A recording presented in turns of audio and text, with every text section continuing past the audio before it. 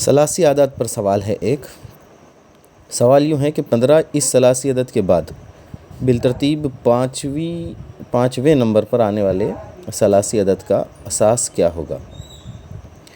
اب ثلاثی اعداد کے اوپر بہت سارے سوالات الگ الگ الفاظ کا استعمال کرتے ہوئے آ سکتے ہیں، مگر بنیادی بات یہ ہے کہ ہم کو یہ جاننے کی ضرورت ہے، سمجھنا چاہیے کہ ثلاثی اعداد کہتے کسے ہیں. تو ہم پہلے دیکھتے ہیں کہ بھئی ثلاثی اعداد ہے کیا، اس کے بعد پھر ہم سوال پر آتے ہیں. تو ثلاثی اعداد ایسے اعداد کہ جن کے ان دائروں کے ذریعے ایک جو ہے مساوی الاضلاع مثلث بنتا ہو.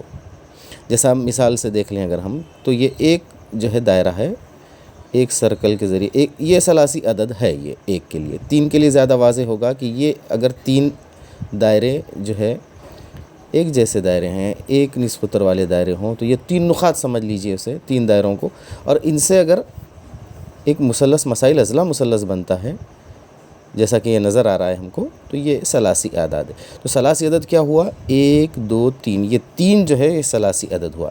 پہلا ثلاثی عدد کیا ہے؟ 1 ہے. دوسرا ثلاثی عدد 3 ہے. اب اگر ہم 3 لیں نیچے، اور اگر یہ ثلاثی عدد ہے یا نہیں جاننے کے لیے اگر مثلث سے بنائیں تو ہم دیکھتے ہیں کہ بھئی یہاں 6 رہیں گے ٹوٹل. تو 6 جو ہے یہ ثلاثی عدد ہوگا. اب بات آتی ہے کہ اساس کیا ہے ثلاثی عدد کا. تو یہاں پر 1 تھا، جو نیچے کی لیئر ہے، نیچے کی لائن ہے، اس کے اندر آنے والے نقاط عدد ان کو جو ہے اساس کہتے ہیں اس ثلاثی عدد کا.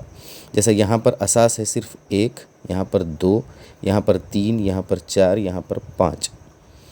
تو اگر ایک اساس رہا تو ثلاثی عدد بھی 1 ہے. اگر اساس 2 ہے تو ثلاثی عدد 3 ہے.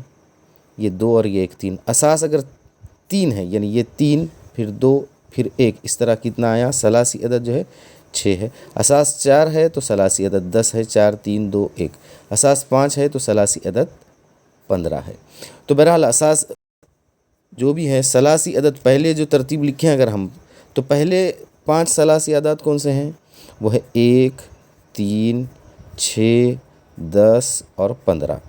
اب آگے اور اس ترتیب جو ہے یہ جاری رہے گا تواتر. یہ تو پہلی بات تو یہ ہوئی کہ یہ ہے ثلاثی عدد اور ان کے اساس. ٹھیک ہے. اب ان کی کچھ خصوصیات ہیں بہت. اگر ہم پہلے ان کا ضابطہ اخذ کرنا چاہیں تو فرض کیجئے کہ اگر آپ کے پاس کسی ایک ثلاثی عدد کو معلوم کرنے کے لیے اس کا اساس دیا گیا ہے، مثال کے طور پہ وہ اساس 8 ہے.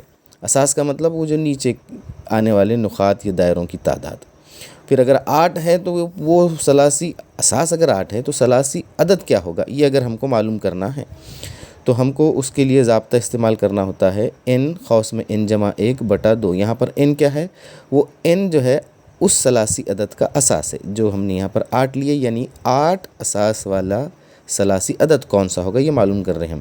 تو n تو 8 ہوا، n 8 اور یہ 1، یہ ہوا 9، یعنی 8 اور 9 کی ضرب بٹا 2.